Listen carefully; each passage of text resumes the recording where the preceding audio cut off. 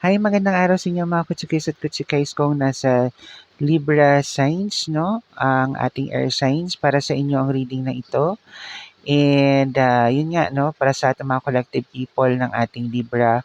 And anumang oras, anumang panahon ninyo na panood itong video na to, maaaring yung mensahe na to ay para sa inyo.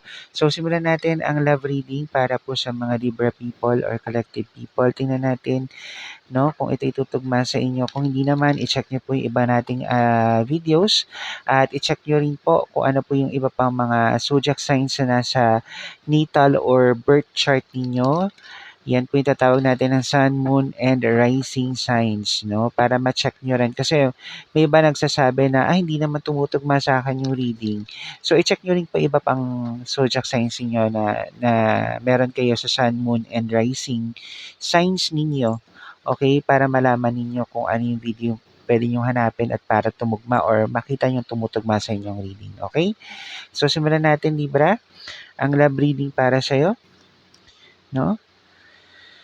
Okay, Libra people, most of you galing sa heartbroken relationship this past days, weeks, or maybe months na maring trying to move on, trying to heal yourself kasi meron ka ditong 9 of Swords, 5 of Wands, and then the Star. Marami kang mga bagay na hinihiling para sa sarili mo na sana makamove forward ka, no?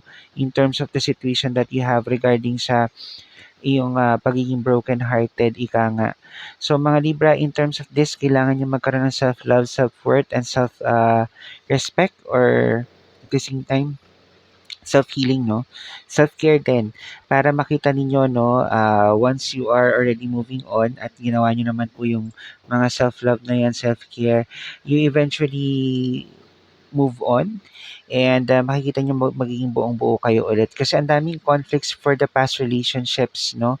Maaaring sa mga broken-hearted people dyan, at maaring naman din po, no, sa ngayon, sa present times, kung kayo may mga pinagdadaanan ng partners nyo, maaring marami kayong mga conflict or pag-aaway lately na kailangan yung isaayos, no? Pero kung sa mga broken-hearted people, maraming, kumbaga, na broken-hearted, tas ang daming pinagdaanan sa relationship, maraming pag-aaway lately din eh. At kung present times hindi pa kayo naghihiwalay ng partner mo, talagang merong mga pinag-aawayan na isasaayos naman yan kung paresin yung pag-uusapan ng maayos, no, ng partner mo, Libra. Kasi meron ka rin ditong the Hermit, King of Swords, Temperance, the Sun, and Two of Pentacles.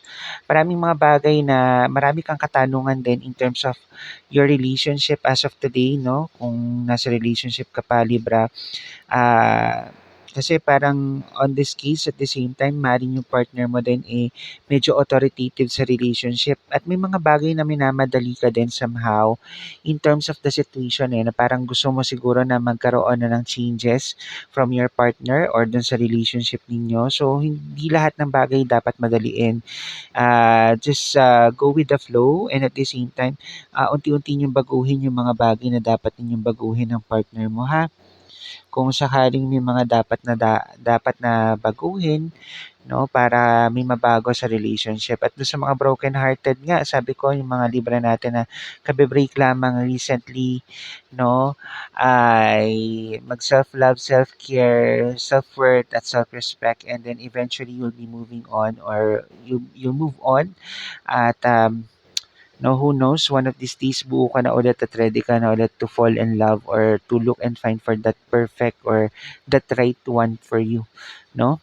So nakikita ko kasi dito nun sa mga present na may ka-relationship na Libra dyan, maraming away or maraming conflict recently, no, in between. Kasi pakiramdam nga or pakiramdam mo hindi mo rin na-vocalize kasi madalas yung gusto mong sabihin sa partner mo, no? And yun yung kasi kulang din sa marahil sa inyo, no, mga Libra people.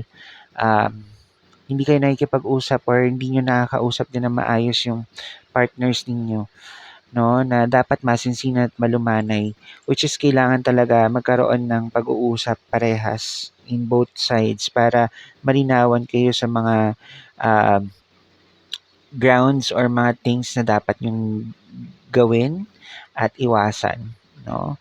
Ayun. So, ito yung nakita ko so far mga Libra people, no, regarding sa inyo pong reading. And see you on the next video. And again, this is Francine or at Goddess Venus Tarot na nagsasabing always spread the love and have a wonderful day to everyone.